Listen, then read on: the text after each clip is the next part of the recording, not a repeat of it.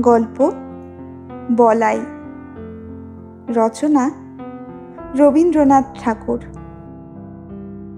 মানুষের জীবনটা পৃথিবীর নানা জীবের ইতিহাসের নানা পরিচ্ছেদের উপসংহারে। এমন একটা কথা আছে, লোকালয়ে মানুষের মধ্যে আমরা নানা জীবজন্তুর প্রচ্ছন্ন পরিচয় পেয়ে থাকি, সে কথা জানা। বস্তুত আমরা মানুষ বলি সেই পদার্থকে যেটা আমাদের ভিতরকার সব জীবজন্তুকে মিলিয়ে এক করে নিয়েছে। আমাদের বাঘ গরুকে এক খোঁয়ারে দিয়েছে পুড়ে, অহীন অকুলকে এক খাঁচায় ধরে রেখেছে। যেমন রাগিনী বলি তাকেই, যা আপনার ভিতরকার সমুদয় সারেগামাগুলোকে সঙ্গীত করে তোলে। তারপর থেকে তাদের আর গোলমাল করবার সাধ্য থাকে না। কিন্তু সঙ্গীতের ভিতরে এক একটি সুর অন্য সকল সুরকে ছাড়িয়ে বিশেষ হয়ে ওঠে। কোনোটাতে মধ্যম, কোনোটাতে কোমল গান্ধার, কোনোটাতে পঞ্চম। আমার ভাইপো বলাই, তার প্রকৃতিতে কেমন করে গাছপালার মূল সুরগুলোই হয়েছে প্রবল। ছেলেবেলা থেকেই চুপচাপ চেয়ে চেয়ে দেখাই তার অভ্যাস, নড়ে চড়ে বেড়ানো নয়। পূব দিকের আকাশে কালো মেঘ স্তরে স্তরে স্তম্ভিত হয়ে দাঁড়ায়। ওর সমস্ত মনটাতে ভিজে হাওয়া যেন শ্রাবণ অরণ্যের গন্ধ নিয়ে ঘনিয়ে ওঠে। ঝমঝম করে বৃষ্টি পড়ে, ওর সমস্ত গা যেন শুনতে পায় সেই বৃষ্টির শব্দ। ছাদের উপর বিকেল বেলাকার রোদ্দুর পড়ে আসে, গা খুলে বেড়ায়। সমস্ত আকাশ থেকে যেন কি একটা সংগ্রহ করে নেয়। মাঘের শেষে আমের বোল ধরে, তার একটা নিবিড় আনন্দ জেগে ওঠে ওর রক্তের মধ্যে, একটা কিসের অব্যক্ত স্মৃতিতে। ফাল্গুনে পুষ্পিত শালবনের মতোই ওর অন্তর প্রকৃতিটা চারদিকে বিস্তৃত হয়ে ওঠে, ভরে ওঠে। তাতে একটা ঘন রং লাগে। তখন ওর একলা বসে বসে আপন মনে কথা কইতে ইচ্ছা করে।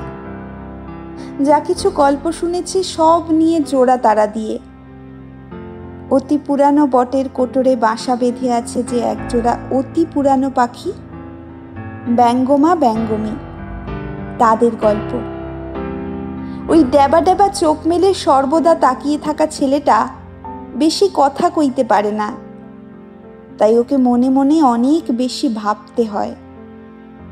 ওকে একবার পাহাড়ে নিয়ে গিয়েছিলাম। আমাদের বাড়ির সামনে ঘন সবুজ ঘাস পাহাড়ের ডাল বেয়ে নিচে পর্যন্ত নেমে গিয়েছে। সেইটে দেখে আর ওর মন ভারী খুশি হয়ে ওঠে। ঘাসের আস্তরণটা একটা স্থির পদার্থ তা ওর মনে হয় না। ওর বোধ হয় যেন ওই ঘাসের পুঞ্জ একটা গড়িয়ে চলা খেলা, কেবলই গড়াচ্ছে। প্রায় তারই সেই ঢালু বেয়ে ও নিজেও গড়াতো। সমস্ত দেহ দিয়ে ঘাস হয়ে উঠত। গড়াতে গড়াতে ঘাসের আগায় ওর ঘাড়ের কাছে সুরসুরি লাগতো, আর ও খিলখিল করে হেসে উঠত। রাত্রে বৃষ্টির পরে প্রথম সকালে সামনের পাহাড়ের শিখর দিয়ে কাঁচা সোনা রঙের রোদ্দুর দেবদারু বনের উপরে এসে পড়ে। ও কাউকে না বলে আস্তে আস্তে গিয়ে সেই দেবদারু বনের নিস্তব্ধ ছায়াতলে একলা অবাক হয়ে দাঁড়িয়ে থাকে। গা ছমছম করে। এইসব প্রকাণ্ড গাছের ভিতরকার মানুষকে ও যেন দেখতে পায়। তারা কথা কয় না, কিন্তু সমস্তই যেন জানে। তারা সব যেন অনেক কালের দাদা মশাই, এক যে ছিল রাজাদের আমলের। ওর ভাবে ভোলা চোখটা কেবল যে উপরের দিকেই তা নয়। অনেক সময় দেখেছি ও আমার বাগানে বেড়াচ্ছে মাটির দিকে কি খুঁজে খুঁজে। নতুন অঙ্কুরগুলো তাদের কোঁকড়ানো মাথাটুকু নিয়ে আলোতে ফুটে উঠছে। এই দেখতে তার ঔৎসুক্যের সীমা নেই। প্রতিদিন ঝুঁকে পড়ে পড়ে তাদেরকে যেন জিজ্ঞাসা করে, তারপরে তারপরে তারপরে তারা ওর চির অসমাপ্ত গল্প, সদ্য গজিয়ে ওঠা কচি কচি পাতা। তাদের সঙ্গে ওর কি যে একটা বয়স্য ভাব, তাও কেমন করে প্রকাশ করবে।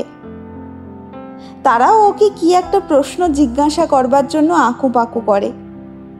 হয়তো বলে, তোমার নাম কি? হয়তো বলে, তোমার মা কোথায় গেল? বলাই মনে মনে উত্তর করে, আমার মা তো নেই। কেউ গাছের ফুল তোলে, এইটে ওর বড় বাজে। আর কারো কাছে ওর এই সংকোচের কোনো মানে নেই, এটাও সে বুঝেছে। এই জন্যে ব্যথাটা লুকোতে চেষ্টা করে। ওর বয়সের ছেলেগুলো গাছে ঢিল মেরে মেরে আমলকি পারে, ও কিছু বলতে পারে না, সেখান থেকে মুখ ফিরিয়ে চলে যায়। ওর সঙ্গীরা ওকে খেপাবার জন্যে বাগানের ভিতর দিয়ে চলতে চলতে ছড়ি দিয়ে দুপাশের গাছগুলোকে মারতে মারতে চলে। ফস করে বকুল গাছের একটা ডাল ভেঙে নেয়। ওর কাঁদতে লজ্জা করে, পাছে সেটাকে কেউ পাগলামি মনে করে। ওর সবচেয়ে বিপদের দিন যেদিন ঘাসিয়ারা ঘাস কাটতে আসে। কেননা ঘাসের ভিতরে ভিতরে ও প্রত্যহ দেখে দেখে বেরিয়েছে এত টুকুটুকু লতা, বেগনি হলদে নামহারা ফুল, অতি ছোট ছোট, মাঝে মাঝে কণ্টিকারি গাছ। তার নীল নীল ফুলের বুকের মাঝখানটিতে ছোট্ট একটুখানি সোনার ফোঁটা। বেড়ার কাছে কাছে কোথাও বা কালমেঘের লতা, কোথাও বা অনন্তমূল। পাখিতে খাওয়া নিম ফলের বিচি পড়ে ছোট ছোট চারা বেরিয়েছে। কি সুন্দর তার পাতা! সমস্তই নিষ্ঠুর নির্নি দিয়ে নিড়িয়ে ফেলা হয়। তারা বাগানের শৌখিন গাছ নয়, তাদের নালিশ শোনবার কেউ নেই। একদিন ওর কাকির কোলে এসে বসে তার গলা জড়িয়ে বলে, ওই ঘাসিয়ারাকে বলো না আমার ওই গাছগুলো যেন না কাটে। কাকি বলে, বলাই, কি যে পাগলের মতো বকিস, ও যে সব জঙ্গল, সাফ না করলে চলবে কেন? বলাই অনেক দিন থেকে বুঝতে পেরেছিল কতকগুলো ব্যথা আছে যা সম্পূর্ণ ওর একলারই। ওর চারদিকের লোকের মধ্যে তার কোনো সাড়া নেই। এই ছেলের আসল বয়স সেই কোটি বৎসর আগেকার দিনে, যেদিন সমুদ্রের গর্ভ থেকে নতুন জাগা পঙ্কস্তরের মধ্যে পৃথিবীর ভাবী অরণ্য আপনার জন্মের প্রথম ক্রন্দন উঠিয়েছে। সেদিন পশু নেই, পাখি নেই, জীবনের কলরব নেই। চারদিকে পাথর আর পাঁক আর জল। কালের মধ্যে সমস্ত জীবের অগ্রগামী গাছ সূর্যের দিকে জোর হাত তুলে বলেছে, আমি থাকব, আমি বাঁচব, আমি চিরপথিক। মৃত্যুর পর মৃত্যুর মধ্য দিয়ে অন্তহীন প্রাণের বিকাশ তীর্থে যাত্রা করব, রৌদ্রে বাদলে, দিনে রাত্রে। গাছের সেই রব আজও উঠছে বনে বনে, পর্বত প্রান্তরে। তাদেরই শাখায় পত্রে ধরণীর প্রাণ বলে বলে উঠছে, আমি থাকব, আমি থাকব। বিশ্বপ্রাণের মুখ ধাত্রী এই গাছ নিরবচ্ছিন্ন কাল ধরে দুলোককে দহন করে। পৃথিবীর অমৃত ভাণ্ডারের জন্যে প্রাণের তেজ, প্রাণের রস, প্রাণের লাবণ্য সঞ্চয় করে। আর উৎকণ্ঠিত প্রাণের বাণীকে অহর্নিশি আকাশে উচ্ছ্বসিত করে তোলে। আমি থাকব। সেই বিশ্ব প্রাণের বাণী কেমন এক রকম করে আপনার রক্তের মধ্যে শুনতে পেয়েছিল এই বলাই। আমরা তাই নিয়ে খুব হেসেছিলুম। একদিন সকালে এক মনে খবরের কাগজ পড়ছি। বলাই আমাকে ব্যস্ত করে ধরে নিয়ে গেল বাগানে।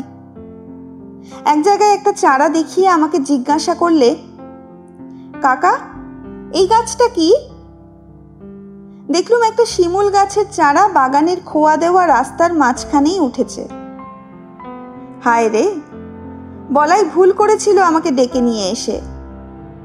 এতটুকু যখন এর অঙ্কুর বেরিয়েছিল, শিশুর প্রথম প্রলাপটুকুর মতো, তখনই এটা বলাইয়ের চোখে পড়েছে। তারপর থেকে বলাই প্রতিদিন নিজের হাতে একটু একটু করে জল দিয়েছে। সকালে বিকেলে ক্রমাগতই ব্যগ্র হয়ে দেখেছে কতটুকু বাড়ল। শিমুল গাছ বাড়েও দ্রুত, কিন্তু বলাইয়ের আগ্রহের সঙ্গে পাল্লা দিতে পারে না।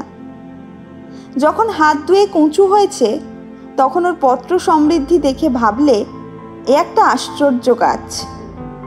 শিশুর প্রথম বুদ্ধির আভাস দেখবা মাত্র মা যেমন মনে করে আশ্চর্য শিশু, বলাই ভাবলে আমাকেও চমৎকৃত করে দেবে।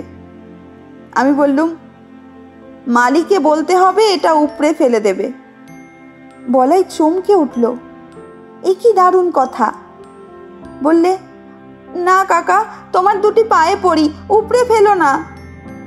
আমি বললুম, কি যে বলিস তার ঠিক নেই, একেবারে রাস্তার মাঝখানে উঠেছে, বড় হলে চারদিকে তুলো ছড়িয়ে অস্থির করে দেবে।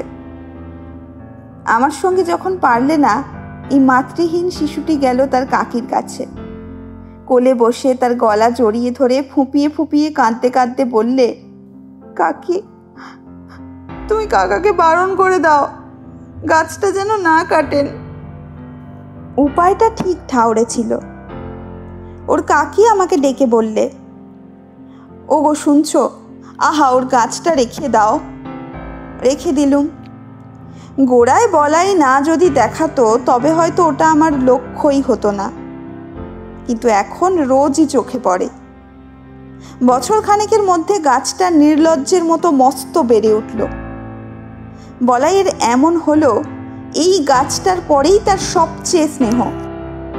গাছটাকে প্রতিদিনই দেখাচ্ছে নিতান্ত নির্বোধের মতো। একটা অজায়গায় এসে দাঁড়িয়ে কাউকে খাতির নেই, একেবারে খাড়া লম্বা হয়ে উঠছে। যে দেখে সেই ভাবে, এটা এখানে কি করতে। আরো 2-4 বার এর মৃত্যুদণ্ডের প্রস্তাব করা গেল। বলাইকে লোভ দেখালুম, এর বদলে খুব ভালো কতকগুলো গোলাপের চারা আনিয়ে দেব। বললেম, নিতান্তই শিমুল গাছই যদি তোমার পছন্দ, তবে আর একটা চারা আনিয়ে বেড়ার ধারে পুঁতে দেব, সুন্দর দেখতে হবে। কিন্তু কাটবার কথা বললেই বলাই আঁতকে ওঠে। আর ওর কাকি বলে, আহা, এমনি কি খারাপ দেখতে হয়েছে। আমার বৌদিদির মৃত্যু হয়েছে যখন এই ছেলেটি তার কোলে। বোধ করি সেই শোকে দাদার খেয়াল হলো তিনি বিলেতে ইঞ্জিনিয়ারিং শিখতে গেলেন। ছেলেটি আমার নিঃসন্তান ঘরে কাকির কোলেই মানুষ। বছর 10 পরে দাদা ফিরে এসে বলাইকে বিলাতি কায়দায় শিক্ষা দেবেন বলে প্রথমে নিয়ে গেলেন সিমলেই, তারপরে বিলেত নিয়ে যাবার কথা। কাঁদতে কাঁদতে কাকির কোল ছেড়ে বলাই চলে গেল। আমাদের ঘর হলো শূন্য। তারপরে 2 বছর যায়।